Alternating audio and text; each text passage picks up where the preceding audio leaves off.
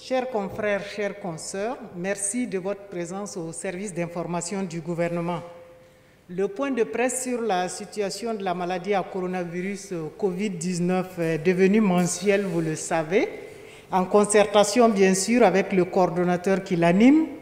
C'est donc les derniers vendredis de mois que nous échangeons avec le docteur Brice Bikaba. Ce point de presse était attendu donc demain vendredi, mais en raison de la tabaski confirmée par la Fédération des associations islamiques du Burkina pour vendredi sur tout le territoire, le docteur Bikaba a ajusté son agenda pour être avec nous, pour échanger avec nous sur la situation de la maladie à coronavirus Covid-19 depuis son dernier passage ici, la riposte du Burkina Faso et bien sûr le coordonnateur sectoriel santé va également réagir à l'adhésion des Burkinabés aux stratégies de lutte contre le Covid-19 avant de se prêter à toutes vos questions. Merci d'être là. Je laisse la place au docteur Bikaba.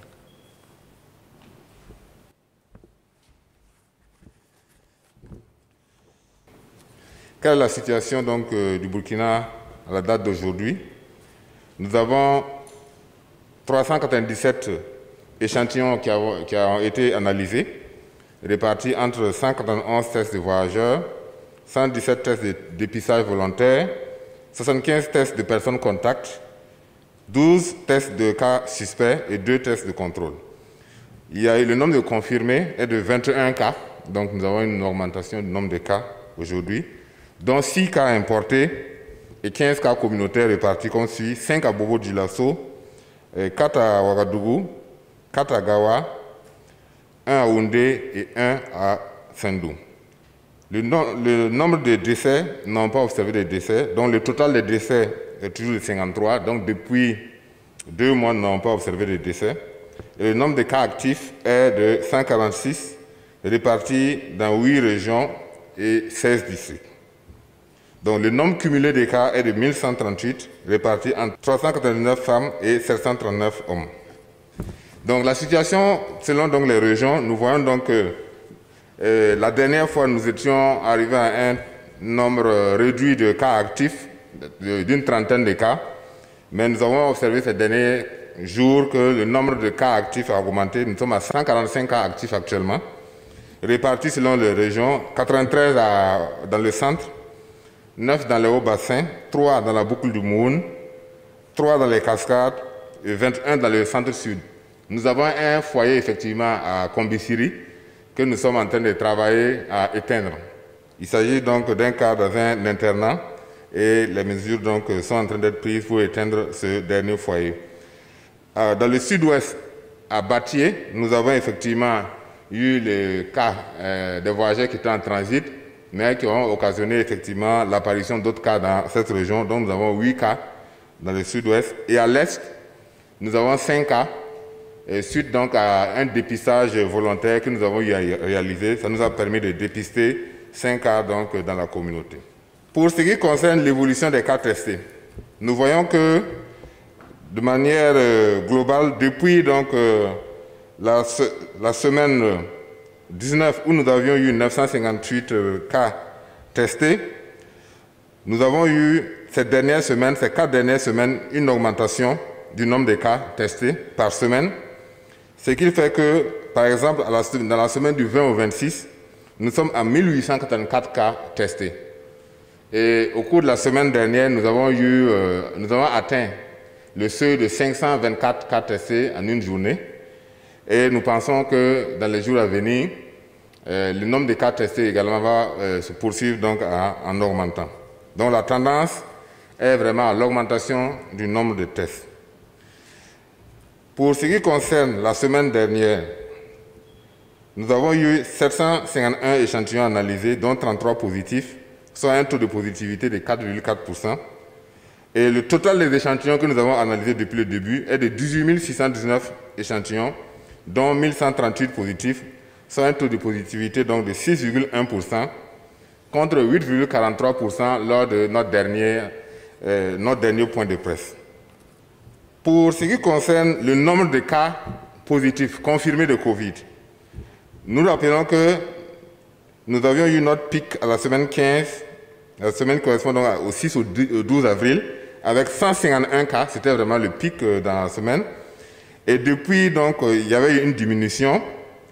À la semaine donc, du 22 au 28 juin, qui correspondait à l'arrêt donc, des points de presse hebdomadaires, nous avions notifié 55 cas dans la semaine.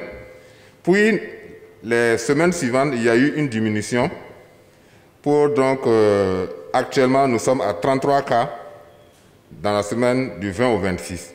Mais notons quand même que ces derniers jours, nous avons noté quand même une augmentation du nombre de cas au niveau donc, du pays. Pour ce qui concerne l'évolution des décès, comme je le disais, depuis la semaine 21, nous n'avons plus noté donc de cas de décès, et cela fait 2 mois que nous n'avons pas noté de cas de décès. Nous avions 2 cas préoccupants à Bobo-Dioulasso, mais qui sont en train d'être stabilisés. Et cela nous a amené donc aussi à renforcer le CHU Souro-Sanou avec 2 respirateurs qui sont déjà montés et fonctionnels au CHU Souro-Sanou pour renforcer effectivement l'hôpital en capacité. Et durant, bien sûr, les semaines à venir, nous avons pu effectivement recevoir les respirateurs sur donc, le budget de l'État. Nous avons pu recevoir 45 respirateurs qui vont être mis en pied et déployés dans les différentes régions. Et à cela s'ajoute bien sûr les respirateurs que nous avons reçus hier par l'entreprise de la République populaire de Chine, une quarantaine de respirateurs. Cela permettra de renforcer en tout cas les capacités de l'ensemble de nos structures en respirateurs. En termes de dépistage, nous avons un cumul, donc depuis que nous avons commencé le dépistage, un cumul de 11 357 et 404 positifs, soit une positivité de 3,5%. Et le dépistage volontaire vient en deuxième position après donc, les voyageurs. Les voyageurs, nous avons noté 4 639 voyageurs qui ont été dépistés, avec 239 positifs parmi eux, soit 5,1%. Et le dépistage volontaire, ceux qui vont se dépister volontairement, 2888 et 67 cas positifs, soit 2,3%.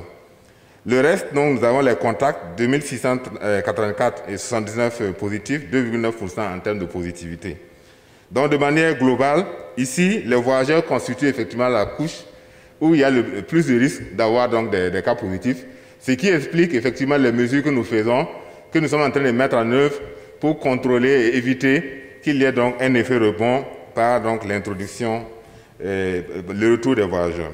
En termes de bilan, il faut dire que ces 4 dernières semaines ont été marquées par un certain nombre d'activités pour nous préparer à la réouverture des frontières.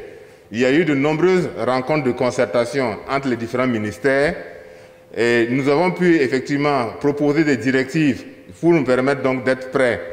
Nous avons également pu faire l'évaluation des 12 points d'entrée frontaliers, les frontières, 12 points, pour voir est-ce que nous sommes prêts, quels sont les gaps. Et nous sommes en train de renforcer ces sites-là pour qu'à l'ouverture, nous soyons prêts. Et ces sites ont été dotés de caméras thermiques. Dans les 7 principaux, on a pu doter effectivement de caméras thermiques. Les équipes, effectivement, sont en train d'être renforcées en capacité. Lorsque, en tout cas, il sera décidé de l'ouverture, nous ayons donc un certain nombre de mesures déjà là. Nous avons aussi l'élaboration des procédures pour la gestion des cas avec l'ouverture des frontières.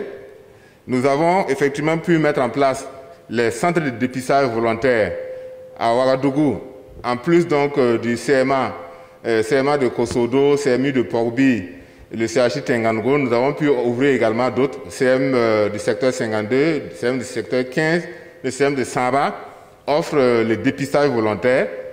Et à Bobo-Dioulasso, nous avons le CMA de Do, CMA de Dafra, et au niveau du CHU Souro-Sanou également, il y a un site. Donc dans ces sites-là, on peut faire le dépistage volontaire, pour ceux en tout cas qui veulent le faire.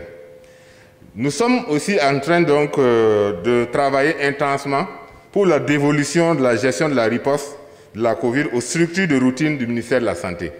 Cela veut dire qu'il faut qu'à tous les niveaux du système de santé, au niveau des CSPS, les agents de santé soient bien formés, qu'ils aient effectivement le matériel pour se protéger et que lorsqu'il y a un cas de Covid, suspect de Covid qui vienne, ils soient en mesure de prendre en charge ce cas-là. Si c'est un cas grave, ils peuvent le référer à l'échelon supérieur. C'est ça la dévolution et cela suppose donc un certain nombre de dispositifs de renforcement en capacité que nous sommes en train de mener sur le terrain par l'entremise donc de nos équipes.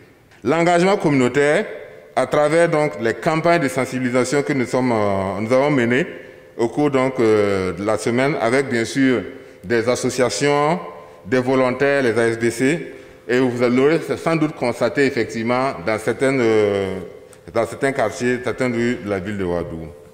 Quels sont nos défis dans les prochaines semaines? Comme on le voit, le premier, nous avons donc l'ouverture de l'aéroport. Ça, c'est un gros défi pour nous. Comment nous allons gérer cela? Et pour ça, nous avons travaillé d'arrache-pied depuis 1 mois pour être prêts. Nous avons fait des exercices de simulation pour voir comment on pourrait réagir lorsqu'il y a effectivement 2 avions de grande capacité qui arrivent, comment gérer tous ces voyageurs-là. Et cela nous a permis également d'améliorer et nous poursuivons toujours la préparation pour être prêts, en tout cas le 1er août. Il y a le document de directive également qui a été donc partagé, qui a été donc finalisé et qui sera mis sur le site donc, du ministère de la Santé. Et bien sûr, nous poursuivons. L'autre défi, c'est la surveillance avec la dévolution de la prise en charge de la COVID dans la routine. Ça, c'est un défi parce qu'il faut que nous arrivions à tous les niveaux, que les acteurs soient en mesure de prendre en charge la COVID à tous les niveaux. Il y a le respect des mesures de prévention individuelle et collective. Vous savez, il y a un certain nombre de mesures qui ont été édictées pour pouvoir freiner la maladie. Il s'agit donc des mesures individuelles, le lavage des mains, le port du masque, et bien sûr éviter donc de se toucher, de se saluer. Nous constatons un relâchement, ce qui peut expliquer également que ces derniers jours, on constate quand même que le nombre de cas commence à augmenter. C'est une occasion également de pouvoir interpeller pour que effectivement la vigilance soit de mise. C'est vrai qu'à un certain moment, les cas ont diminué, mais le virus continue toujours de circuler et il faut donc que nous portions les masques. Il faut que nous respections les mesures barrières pour éviter qu'il n'y ait un rebond. L'engagement communautaire est le dernier défi parce que c'est par ici que nous allons effectivement terminer avec cette lutte-là qui est ardue parce que si à tous les niveaux la population effectivement participe et adhère, nous pensons effectivement que nous allons venir à bout de cette pandémie au niveau de Burkina Faso. Donc de manière globale, dans les perspectives, nous comptons effectivement renforcer le dépistage volontaire dans toutes les régions, ouvrir des centres de dépistage dans toutes les régions, au moins qu'il y ait un centre de dépistage dans toutes les régions, et renforcer la surveillance sentinelle des infections respiratoires aiguës. Nous avons déjà commencé, mais il faut renforcer cela. Mettre en œuvre la recherche active des cas en communauté avec les volontaires, renforcer les capacités diagnostiques des laboratoires régionaux et des hôpitaux et districts. Depuis le dernier point de presse, je voudrais vous dire également qu'il y a un certain nombre de CHR qui sont en mesure de faire le diagnostic avec la technologie du GeneXpert. Il s'agit donc du labo du CHR de Dédougou, le CHR donc, de Gawa, qui a déjà commencé même à faire les tests de Covid au niveau de Gawa, du laboratoire. Le laboratoire donc, de Cascade, Banfoura, laboratoire donc, de Fada, laboratoire au niveau de Tenkodogo et Dori. Tous ces laboratoires ont été dotés de modules complémentaires de réactifs pour faire les tests de Covid. Nous avons aussi le renforcement de la capacité d'accueil et de prise en charge des maladies hautement pathogènes des régions, avec la construction d'unités d'isolement et de prise en charge. Donc, notre objectif, c'est de saisir la Covid pour que, à l'issue, au moins dans les régions, nous ayons des centres pour pouvoir isoler et qui respectent un certain nombre de standards. Nous voulons saisir l'opportunité de Covid pour mettre définitivement en place dans ces régions-là ces unités d'isolement, ce qui nous permettra d'améliorer donc nos capacités. Donc voilà un peu cette synthèse que je voulais vous faire. Et merci pour votre attention. Alors, bonjour docteur, je suis Sodel de la rédaction de Watt FM et Tru TV. J'ai 3 préoccupations ou 3 questions. La première question, on constate que le nombre de morts a été bloqué à 53 depuis quelques semaines et c'est une bonne nouvelle. Comment peut-on expliquer cela? Est-ce dû à une meilleure prise en charge ou à une meilleure compréhension de la maladie? Deuxième question, il semblerait que parmi les conditions d'entrée des voyageurs, ils devront présenter un certificat ou un document qui atteste qu'ils sont négatifs au coronavirus. Est-ce vrai et est-ce que vous pouvez nous éclairer par rapport à ça?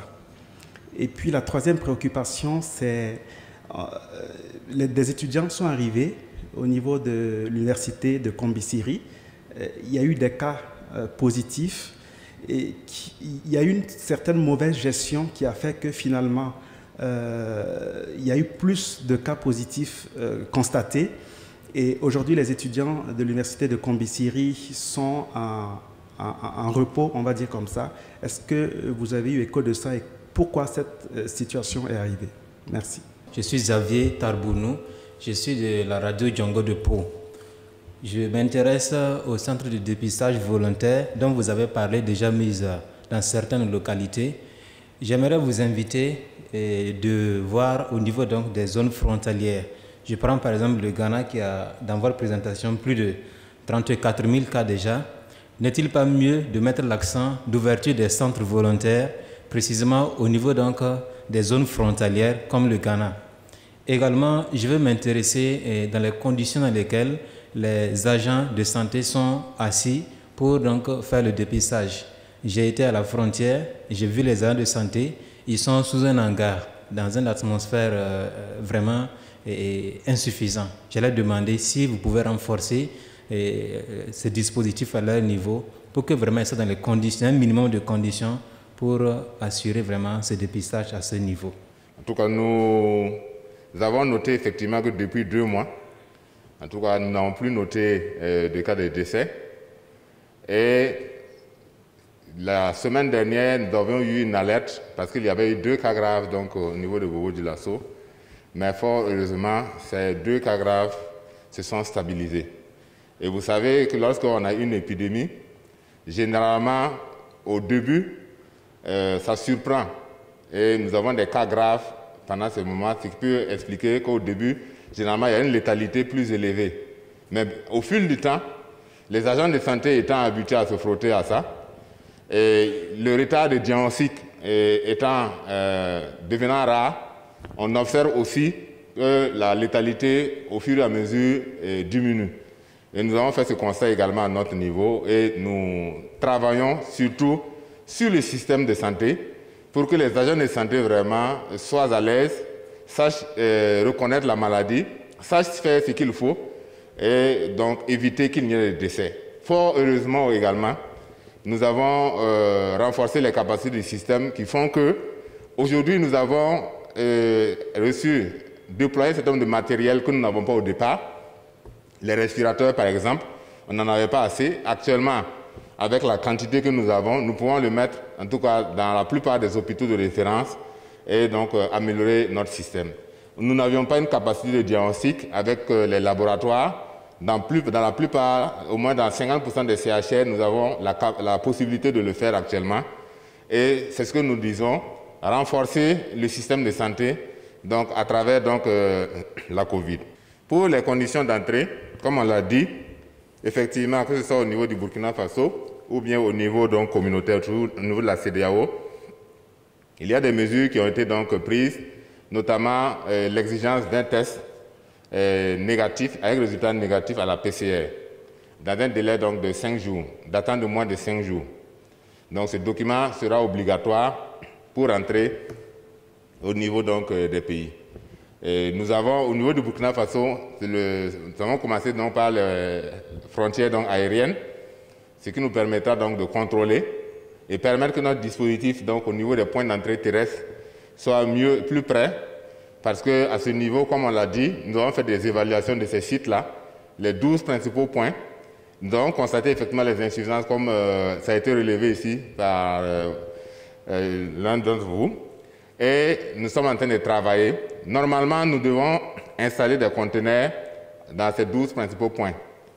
Mais c'est les procédures qui sont en cours. Mais en attendant, nous comptons déployer au moins des tentes dans ces points-là, avec donc le minimum pour donc permettre aux agents de travailler. Pour ce qui concerne Kombisiri, nous avons effectivement eu une alerte à un certain moment et les cas qui sont dans un internat, et vous savez que généralement à Kossoguin on avait eu à peu près la même situation.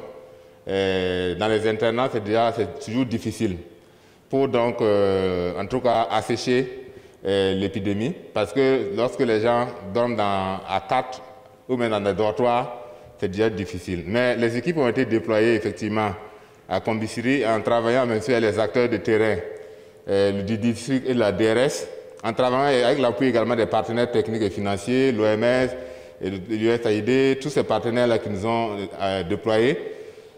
Nous sommes arrivés effectivement à mettre en place une organisation au niveau de l'internat pour séparer les cas positifs et les cas négatifs, et selon le risque d'exposition, faire de telle sorte qu'ils ne soient pas dans les mêmes lieux. Aujourd'hui, nous sommes à un total de 21 cas à Kombisiri, et nous espérons effectivement qu'il n'y aura plus, en tout cas, de cas à ce niveau. Et nous travaillons bien sûr avec les autorités locales donc pour circonscrire cette épidémie. Les centres de dépistage volontaire, comme je l'ai dit, effectivement, les points d'entrée frontaliers là sont prioritaires.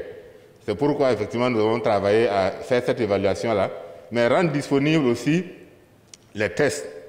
Par exemple, dans les laboratoires, quand on prend Banfora, renforcer ce laboratoire-là pour que, comme le flux, c'est l'un des points d'entrée qui accueille le plus de voyageurs, pour que le flux-là, effectivement, on puisse le contrôler.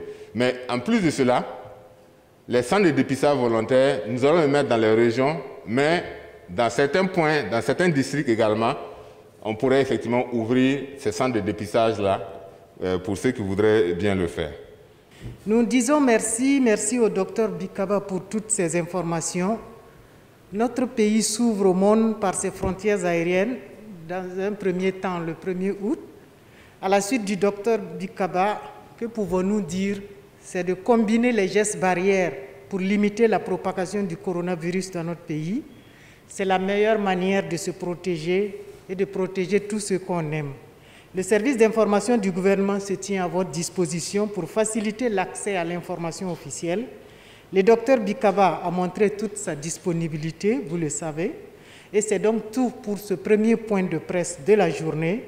Rentrez bien dans vos rédactions et prenez bien soin de vous.